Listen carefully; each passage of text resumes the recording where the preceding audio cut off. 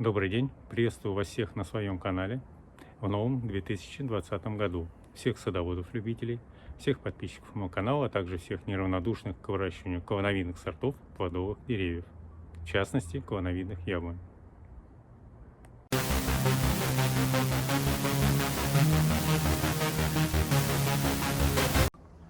В этом году я порадую вас огромным количеством видеоматериала, который будет снят на новый телефон Apple 11 Pro, который я приобрел совсем недавно. И я надеюсь, раскрою все возможности этого потрясающего аппарата. Кто меня еще не знает, давайте познакомимся. Меня зовут Ренат, я из Астрахани. Где-то 2 года назад у меня возникла идея создания небольшого сада на ограниченном участке земли. За 2 года сад сильно разросся. И где-то полгода назад я решил создать канал на YouTube, чтобы передать вам весь мой положительный опыт по выращиванию клоновидных сортов плодовых деревьев, в частности клоновидных яблонь.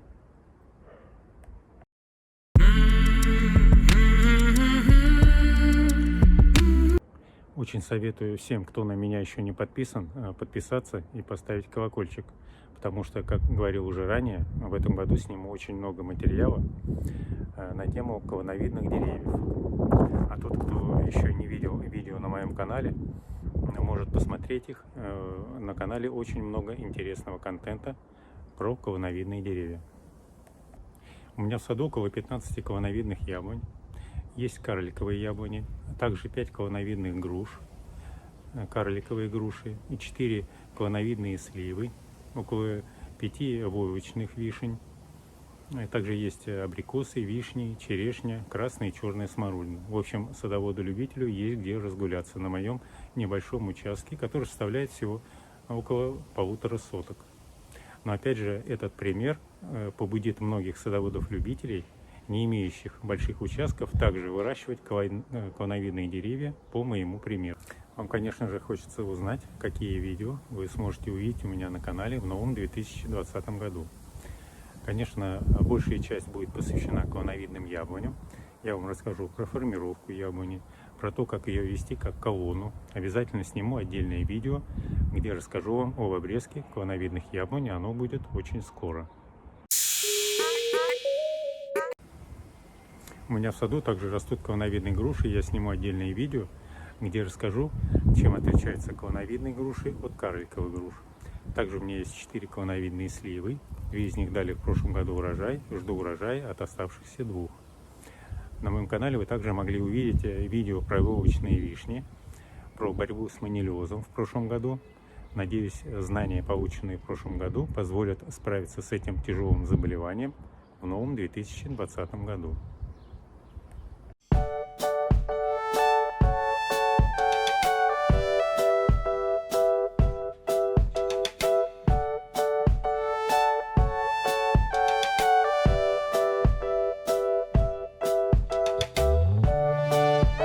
Но самое первое видео будет посвящено весенней обработке плодовых деревьев.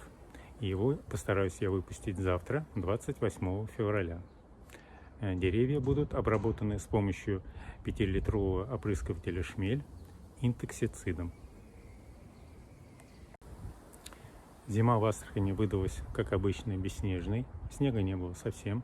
Поэтому тот комплекс мероприятий, который мы провели осенью, оказался как никогда кстати. А это именно укрытие деревьев торфом.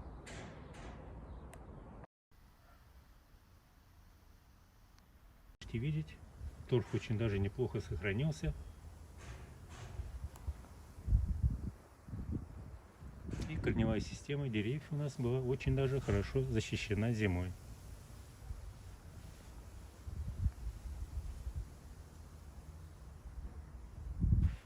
Повторяю, это съемки 27 февраля.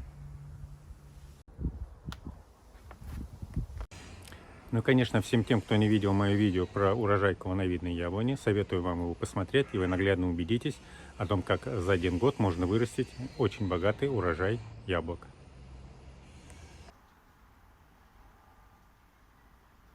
Думаю, каждое яблоко весит около 300 грамм, это точно. Главным условием первой обработки деревьев является то, чтобы почки у нас были закрыты. То есть они не должны быть проклюнуты. Температура должна стоять, 5-6 градусов тепла. Также одно из условий — это чтобы не было ночных заморозков ниже 5 градусов. Ну и самое главное тоже — это проводить опрыскивание, когда нет ветра. Все эти обстоятельства у нас складываются в один пазл. Это позволяет говорить нам о том, что сегодня мы должны произвести обработку деревьев, потому что каждый последующий день уже есть опасность того, что почки могут проклюнуться, так как в Астрахани довольно-таки тепло. Тепло должно быть до 7 марта. После 7 марта небольшое похолодание, но это уже не скажется на нашем опрыскивании. Все самое необходимое для первой обработки я уже приготовил.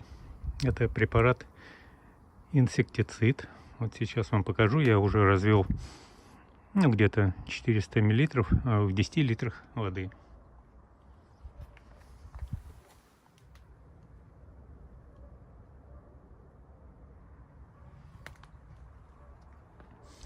Нам в помощь будет опрыскиватель шмель 5-литровый. Ну, естественно, средства защиты. Это перчатки и в обязательном порядке противогаз. Противогаз, он защищает, во-первых, наши волосы, во-вторых, лицо и, самое главное, органы дыхания. Потому что препарат довольно-таки специфичный. Садоводы-любители прекрасно знают цели первой весенней обработки, поэтому я на этом останавливаться не буду. Но скажу коротко, что мы должны подготовить деревья к вегетационному периоду, который начинается вот-вот уже скоро.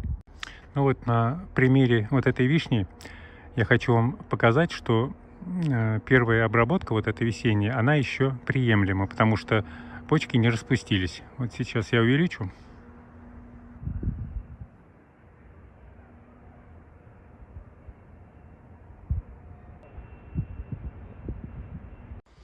Вот давайте еще на примере вишни посмотрим, что обработка еще приемлема.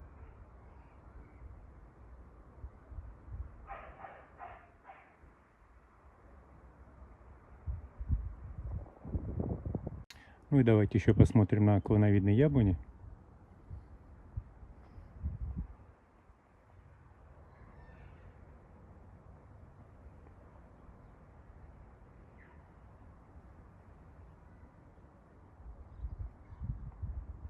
У яблони у нас распускаются почки позже всех, поэтому здесь у яблони вообще можно не переживать насчет первой обработки.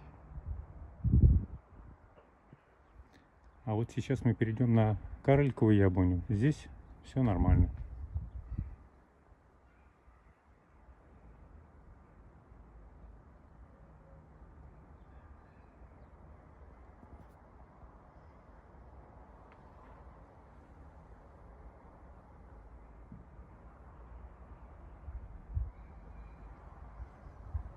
Давайте еще абрикос посмотрим.